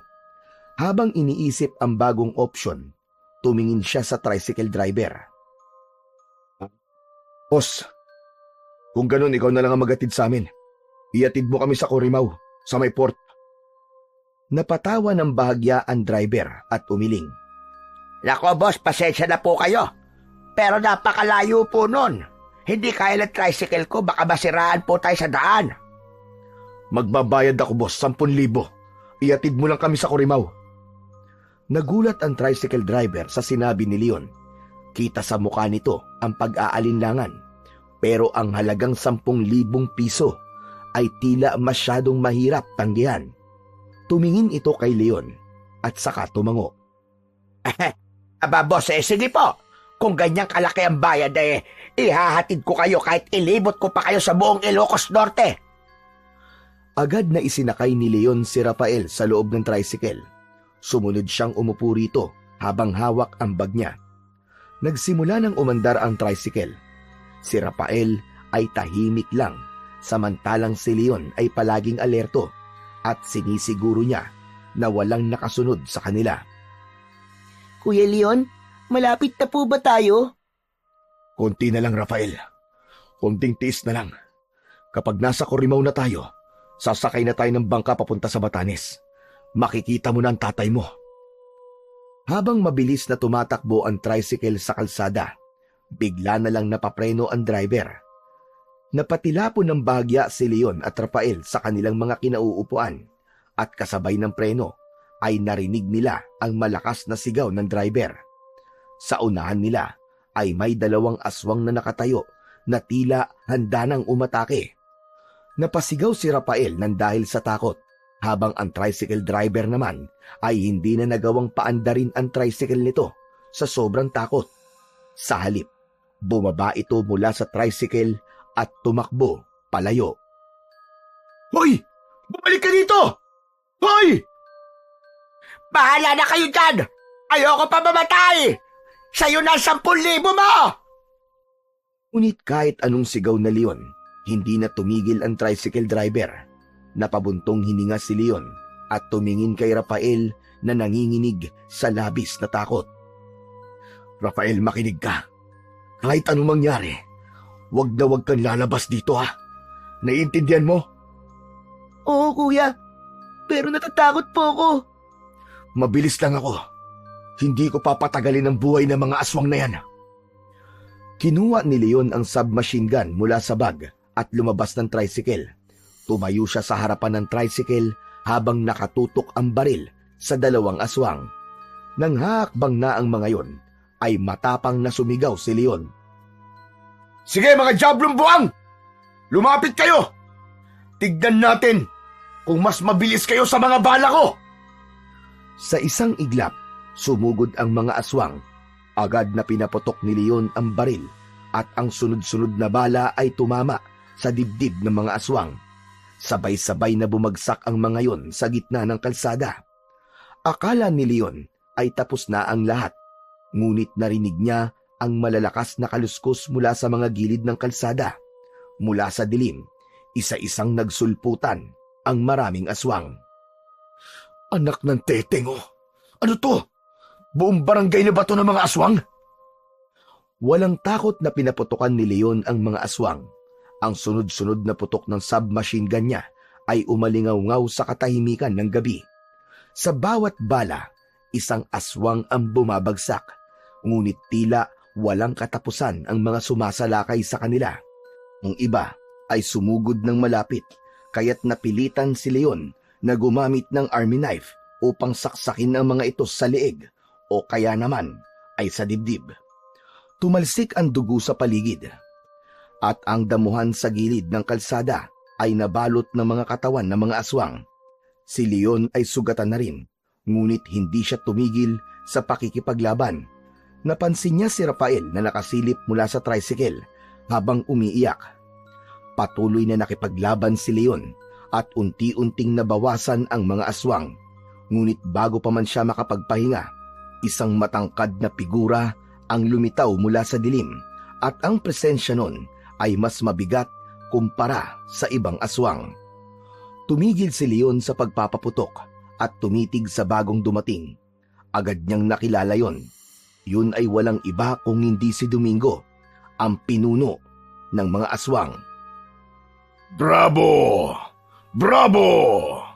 Napakahusay mo talaga, Leon Verdugo. Halos lahat ng tauhan ko ay napatay mo. Pero huwag kang masyadong maging kampante dahil hindi pa tapos ang laban natin. Kung hindi ka mapapatay ng mga tauhan ko, ako mismo ang gagawa nun. Ang dami mo pagsatsat. Sige, subukan mo. Tignan natin kung sino mamamatay sa ating dalawa. Bibigyan pa kita ng pagkakataon, Leon Verdugo. Ibalik mo na sa akin ang bata at patatawarin kita. Iwan mo na siya sa akin at makakaalis ka ng buhay. Sa tingin mo, Ungas, matapos na mga pinagdaanan namin, ay ibibigay ko siya sa'yo ng ganong kadali? Hindi mo siya makukuha sa akin. Ibabalik ko siya sa tatay niya at hindi sa'yo. Sigurado ka bang kaya mo akong talunin? Wala kang ideya kung gaano ako kalakas. Huwag mo nang gawing mahirap ang lahat ng ito, Leon. Kung gusto mo ang bata, dadaan ka muna sa bangkay ko. Matigas ka, Leon Verdugo. Kung ganun, paghandaan mo na ang kamatayan mo. Matapos yun, ay nag-anyong aswang na si Domingo. Agad na pinaputukan ni Leon si Domingo gamit ang kanyang submachine gun. Tumama ang mga bala sa dibdib ni Domingo, ngunit hindi nun tinablan si Domingo na labis na ikinabahala ni Leon. Leon Verdugo, hindi mo ako matatalo. Walang silbi ang mga baril mo sa akin. Hindi ako tinatablan yan. Nagsimulang manginig si Leon, ngunit pilit niyang tinatago ang kanyang takot. Tumakbo siya sa gilid ng kalsada at inuna niyang paputukan ang mga natitirang mga tauhan na aswang ni Domingo. Sunod-sunod ang putok ni Leon at isa-isa niyang inubos ang mga aswang na sumugod sa kanya. Matapos mapatay ang lahat ng tauhan ni Domingo, tumayo si Leon sa gitna ng kalsada. Nasa harapan niya si Domingo na naglalakad ng mabagal papunta sa kanya. Muling pinaputukan ni Leon si Domingo, ngunit katulad kanina, wala pa ring epekto rito ang bala ng baril niya. Hanggang sa tuluyan nang naubos ang bala niya, wala na siyang nagawa kundi ang bitiwan ang baril at kunin ang army knife sa gilid ng kanyang pantalon. Ngunit bago pa siya makagalaw, biglang sumugod si Domingo sa kanya. Isang mabilis at malakas na kalmot ang tumama sa kanyang dibdib.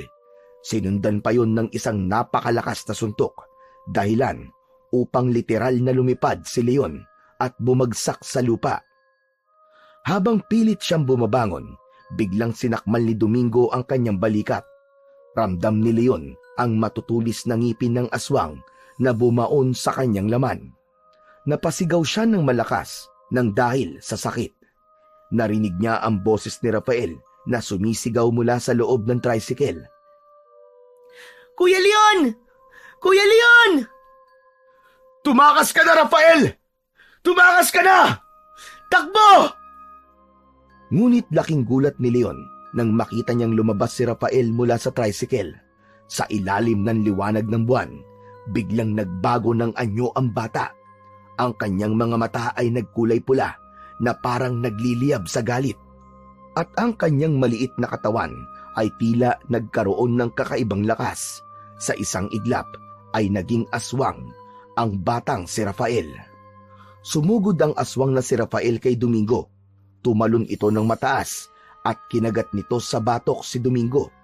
Napasigaw sa sakit si Domingo at binitiwan si Leon. Biglang hiniklas ni Rafael ang laman mula sa batok ni Domingo. Mabilis na sumampa si Rafael sa balikat ni Domingo at gamit ang matutulis itong kuko ay sinaksak nito ang leeg ni Domingo ng paulit-ulit hanggang sa tuluyan ng bawian ng buhay si Domingo. Nanatiling nakaupo sa kalsada si Leon. Nang may masmasan ay marahan siyang tumayo habang hawak ang dugo ang balikat. Nagsimulang maglakad si Rafael palapit sa kanya habang unti-unti itong nagiging tao. Wag ka lalapit! Huwag ka lalapit! Kuya Leon, hindi po kita sasaktan. Aswang ka rin pala. Bakit hindi mo sinabi? Saka, bakit hindi ka pa naging aswang kanina? Bakit hinayaan mo kung makipaglaban na mag-isa sa napakaraming aswang? Kuya Leon, ayaw kasi ng papa ko na nag-aanyong aswang ako hanggat maaari. Pero, nakita ko na kailangan mo ng tulong. Ayokong mamatay ka, Kuya Leon. Sa pagkakataon na yon, Napagtanto ni Leon na wala siyang dapat ikatakot kay Rafael. Kung may balak itong masama sa kanya, ay marami na itong pagkakataon para gawin yon, pero hindi siya nito sinaktan. Pasensya ka na, Rafael. Nagulat lang ako na aswang ka rin pala. Pero huwag ka mag-alala, okay na ako. Malaki naman ang tiwala ko sa'yo. Pasensya na rin, Kuya Leon, ha? Tumango si Leon, saka huminga ng malalim. Pinasakay muli ni Leon si Rafael sa tricycle at sa pagkakataon na yon ay siya na mismo ang nagmaneho nun dahil tinakbuhan na sila ng tricycle driver. Sa oras na yon ay kampante na siya dahil alam niya na wala na si Domingo. Wala nang hahadlang sa kanya para madala niya ang batang si Rafael sa tatay nitong si Miguel. Pagkarating ni na Leon at Rafael sa port ng Corimao, ay kinailangan pa nilang maghintay na sumapit ang 8:00 ng gabi dahil yun ang oras ng pag-alis ng malaking bangka na sasakyan nila papunta sa Basco, Batanes. Kaya naman, nag-check-in na muna sila sa isang maliit na motel malapit sa port at bumili na rin si Leon ng bagong damit. Bago sumapit ang 8:00 ng gabi, ay bumalik na sila sa port at sumakay sa malaking bangka. Naging napakahaba ng biyahe nila sa karagatan at inabot sila ng halos 18 oras. Nang makarating na sila sa port sa Basco, ay doon na tinawagan ni Leon si Miguel upang ipaalam sa kanya na naroon na sila ni Rafael. Makalipas lamang ang ilang minuto, dumating si Miguel sakay ng isang kotse. Agad na bumaba si Miguel at tumakbo papunta kay Rafael.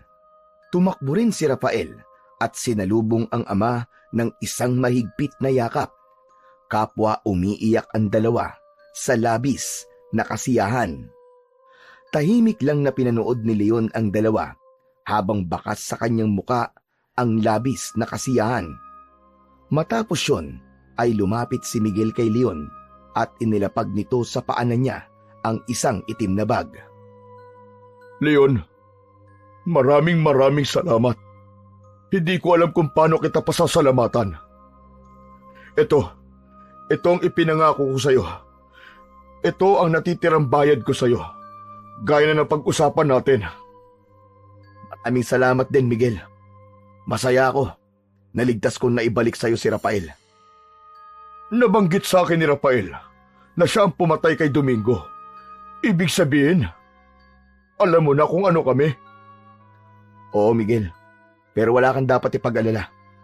Safe sa akin kung ano kayo. Pero, bakit ba dinukot ni Domingo si Rafael kung pare-parehas lang pala kayong aswang? Kapatid ko si Domingo. Tumiwalag kami ng pamilya ko sa kanyang grupo dahil ayaw na namin pumatay ng tao. Nagalit siya sa desisyon namin. Kaya't bilang ganti, kinuha niya si Rafael para parusahan kami. Lumapit si Rafael kay Leon at niyakap siya nito. Kuya Leon, salamat po sa lahat. Mamimiss po kita. Rafael, mamimiss din kita. Pero pangako, kapag nagkaroon ako ng pagkakataon, dadalawin kita rito. Hindi nagtagal ay umalis na si Rafael kasama si Miguel. Hindi na iwasan ni Leon na mapaluha dahil kahit paano ay napalapit na siya kay Rafael. Binuwat na niya ang itim na bag at nagtaka siya kung bakit masyado yung mabigat. Ngunit hindi na siya nag-abalang buksan yon dahil kailangan na rin niyang umalis doon para makauwi na sa bahay ni Bitoy. Ligtas na nakauwi si Leon sa bahay ni Bitoy. Nang makita siya ng kanyang kaibigan, ay masayang-masaya itong niyakap siya. Doon lang din siya nagkaroon ng pagkakataon na buksan ang itim na bag at laking gulat nilang dalawa nang makita na hindi lang pera ang laman nun, kundi napakaraming gold bars. Ginamit ni na Leon at Bitoy ang pera at mga gintong yun upang magtayo ng negosyo. Isang maliit na farm-to-table restaurant na kalaunan ay lumago at naging tanyag sa kanilang lugar. Sa mga sumunod na taon, tuluyan ng ibinaon ni Leon ang katauhan niya bilang si Leon Verdugo. At sa wakas ay namuhay siya ng tahimik at marangal.